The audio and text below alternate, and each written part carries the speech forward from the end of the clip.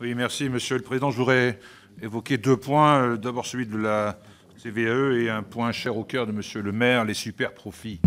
Moi, je rêve d'une république où on demanderait l'avis des maires quand on décide de supprimer des impôts, taxes professionnelles en son temps, taxes d'habitation, CVAE aujourd'hui.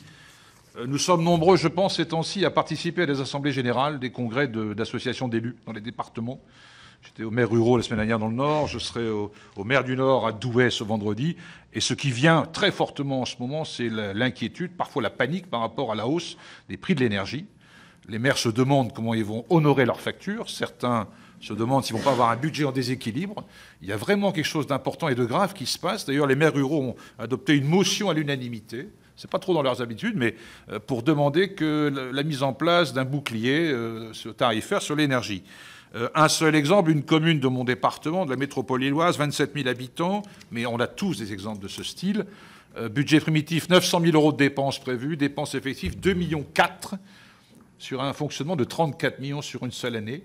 Donc ça veut dire que cette commune honorera ses factures d'ici la fin d'année, mais l'excédent disponible l'an prochain sera en nette diminution. Alors pensez-vous vraiment qu'il est responsable et sérieux de supprimer la CVAE, parce qu'on n'a pas demandé l'avis des élus là-dessus, dans un moment où les collectivités vont se trouver dans des difficultés accrues par rapport à cette raison-là et beaucoup d'autres, historiques, anciennes, sur leur autonomie financière. La CVAE, c'était aussi un impôt très dynamique.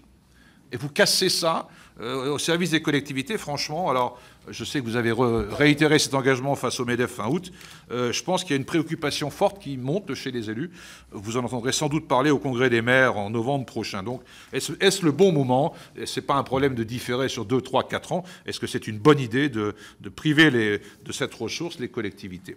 La deuxième question, c'est sur la taxation des super-profits. Alors, vous pensiez sans doute que le débat serait clos après le débat du PLFR fin juillet, début août ici, que le vote du Parlement, qui n'avait pas adopté cette disposition malgré des amendements parvenus de différents groupes de cette Assemblée, vous pensiez que le débat était clos. Or, il ressurgit avec force dans cette rentrée, pour les raisons que je viens d'indiquer.